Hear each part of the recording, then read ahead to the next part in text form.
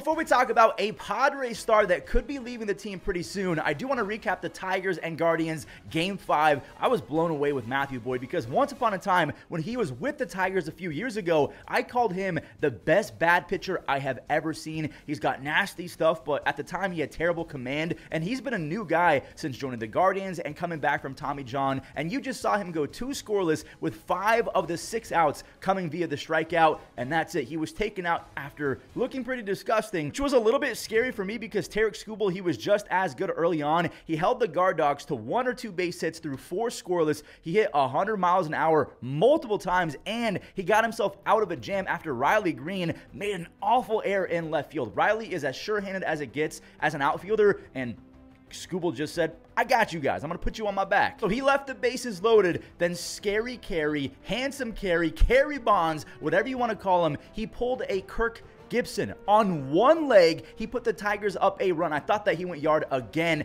He hobbled to first base, and they couldn't afford to take him out, so they left him at first base and in for the rest of the game. They also couldn't afford to take out Tarek Skubal because the bullpen for the Tigers was completely taxed. Tarek had to go at least 6 or 7 innings, but the 5th is where it all crumbled around him. Base hits from Andres Jimenez, Brian Rocchio, and David Fry loaded the bases, and J-Ram, he literally took one for the team.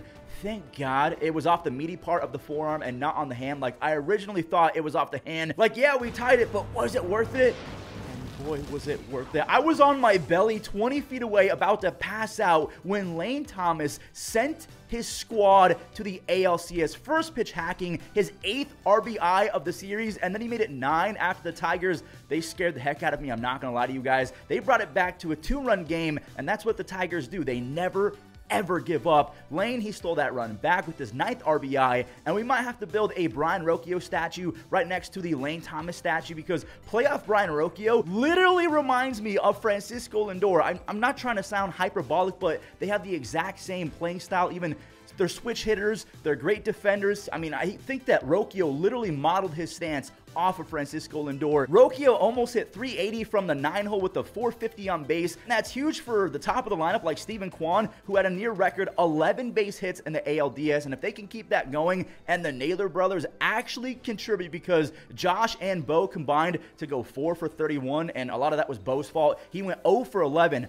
I'm excited for the ALCS if the Naylor brothers get hot. Now, before we talk about the Guardians and Yankees matchup as well as the Padres star that could be leaving pretty soon, I want to give a massive golf clap and shout out to the Detroit Tigers because, again, they took 5 to 7 years, maybe even a full decade off my life expectancy, and they did all of this essentially with one starter. Let's face it, it was Tarek Skubal and the boys in the pen, led by AJ Hinch. But the reality is, rookies like Jackson Jobe, Colt Keith, Jace Young, Winsell Perez, Trey Sweeney, Justin Henry Malloy, even Ty Madden, who wasn't very good, all of these rookies got their feet wet. Yes, they made the playoffs and made it to the ALDS with one starting pitcher essentially and a bunch of rookies. They also have 0 pending free agents, so they're going to be running this team back, and they made a few extra $1 million with these playoff games in Comerica, so hopefully they spend some dough and they do everything possible to get Casey Mize right, to get Alex Faedo right. Don't discount how good Alex Faedo can be when he's going. You got to keep investing in Reese Olson, Riley Green, Kerry Carpenter are savages. Parker Meadows, I call him Peter Parker Meadows because of how athletic he looks. He's a super freak in the outfield.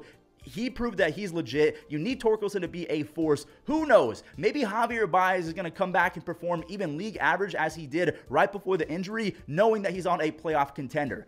I will tip my cap to the Tigers and their fan base all day long. They fought and fought and fought. Now, because of that, they do owe my future family an apology for taking years off my life, but the Tigers have an incredibly bright future ahead of them. Now, in regards to the ALCS, obviously the Guardians are advancing, and the Yankees and Guardians, they're not a rivalry like the Red Sox and Yankees, but they do have a history. They've played the longest 9-inning playoff game ever, maybe even the longest 9-inning game in the history of baseball at 4 hours and 50 minutes. That was back in 2020 or something like that. Gio Urshela, he hit a grand slam off of his former team that completely snatched the soul out of my chest. Josh Naylor, he was rocking the baby and calling Garrett Cole my little effing son on as he was rounding. That still cracks me up. And even Naylor was giving props to the Yankees fans for giving it back to him because he likes passionate fans. Glaber, he returned the favor as well. He was rocking the baby back at the Guardians after the Yankees clinched the series a few years ago. Miles Straw and Oscar Mercado, they took on the entire left field bleacher section at Yankee Stadium.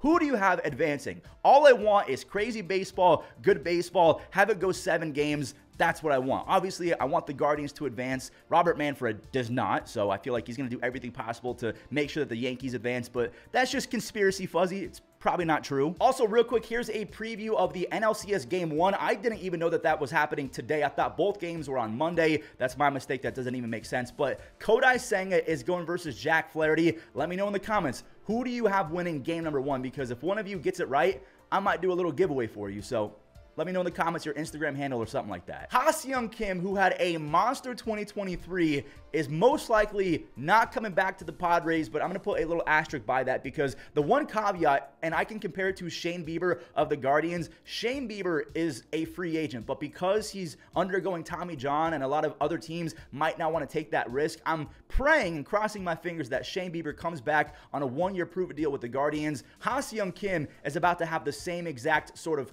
process, but shoulder surgery is going to be easier to come back than Tommy John. So Ha-Seong Kim, he's technically not a free agent unless he opts out. And he has an $8 million buyout, and he's absolutely going to take that because in 2023, the dude was magical. 17 home runs, almost 40 stolen bases. He won a Gold Glove. He was, I mean, basically him and Tatis were in the running for Platinum Gloves, both guys on the same team. Obviously, that's worth more than $8 million. Now, the thing you have to remember, the qualifying offer is very important in situations like this. So if Ha-Seong Kim buys himself out and becomes a free agent, obviously he's going to do that and hopefully get anywhere from $16 to $20 million a year. But the Padres could offer him the qualifying offer of $21 million.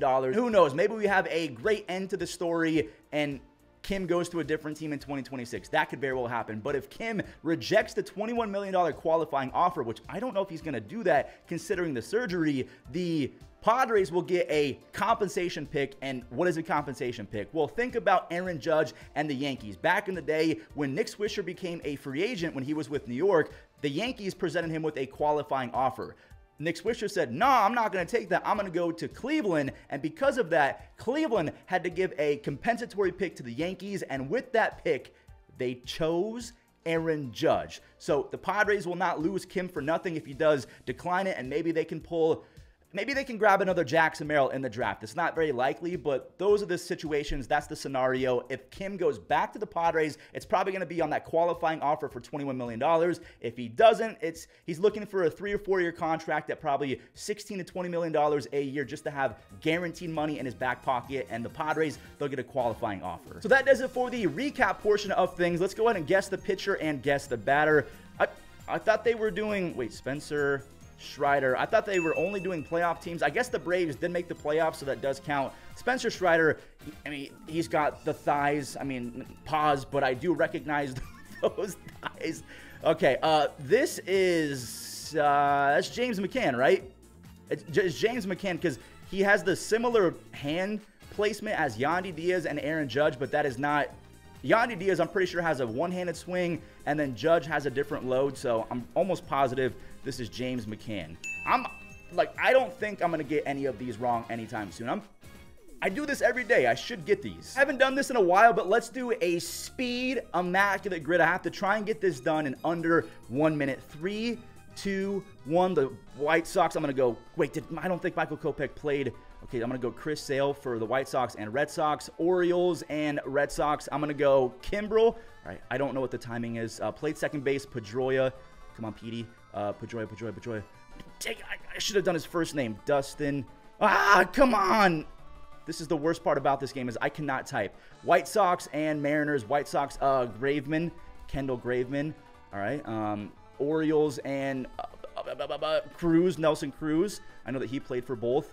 Played second base. I'm going to go Connor Wong. I am sorry for the jump scare, Mariners fans. 6-war season. Oh, I should have saved Chris Sale for that. 6-war season. Harold Baines. I don't think that he did because he's like a weird Hall of Famer. Mini Minoso. Let me go with another MLB The Show guy. Please, Mini Minoso. Okay, Mini Minoso. Orioles. Let's just go Cal. I wanted to go Jorge Mateo, but that would have been stupid, and played second base. Cano. How fast was that? I know the rarity score wasn't that great, but that was pretty quick. That does it for today's recap. If you guys enjoyed, do me a quick favor. Leave a like on the videos. I won't lie to you guys, the likes have been lacking a little bit. I love you guys, but let's leave a like on the video. Also, subscribe if you're brand new. Send this series to a friend if you think that they need an update on the game of baseball, and have a great rest of your day.